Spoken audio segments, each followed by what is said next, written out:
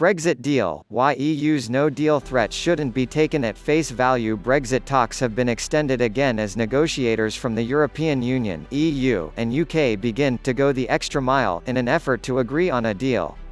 But as Boris Johnson said, it was very, very likely the country would leave without a deal. Some think the no-deal talks shouldn't necessarily be taken at face value.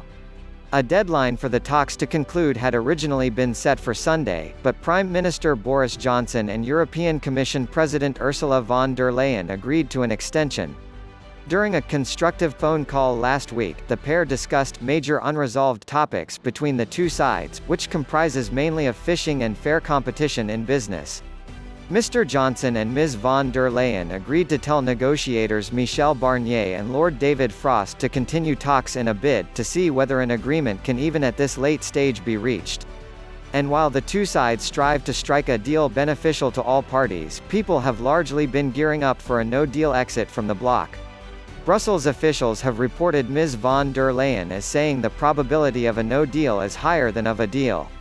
In a statement following the Prime Minister's visit to Brussels, the EU Commission President said, "We gained a clear understanding of each other's positions. They remain far apart." But while hopes of a deal appear to have fizzled, the dooming predictions could just be a dupe from the EU and UK in an effort to successfully conclude the negotiations.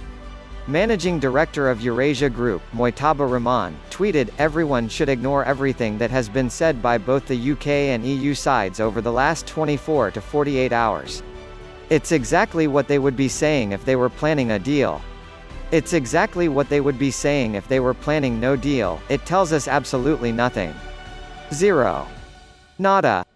Quoting the tweet with her own response, BBC political editor Laura Kunzberg said, "Number 10 is adamant they are not trying to send messages to the EU about seriousness, but trying to prepare the country for what is very likely on Sunday, but there may well also be something in this."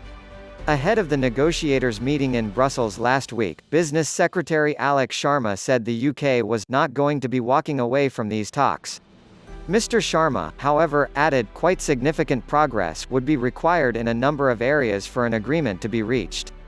In addition, both the EU and UK may choose not to walk away from talks as they are fully aware a deal would be fruitful for both sides, while no deal would bring damaging consequences for both the 27-member state bloc and Britain.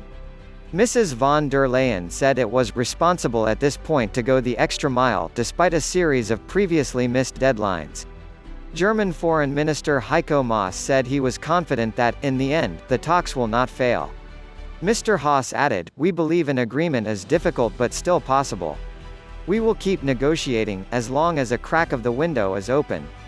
Writing for The Telegraph, Oliver Wright said, "No deal will be more likely, but people on both sides believe that would be a self-inflicted economic wound at a time when the pandemic is already causing huge disruption. The worry could move the red lines on both sides."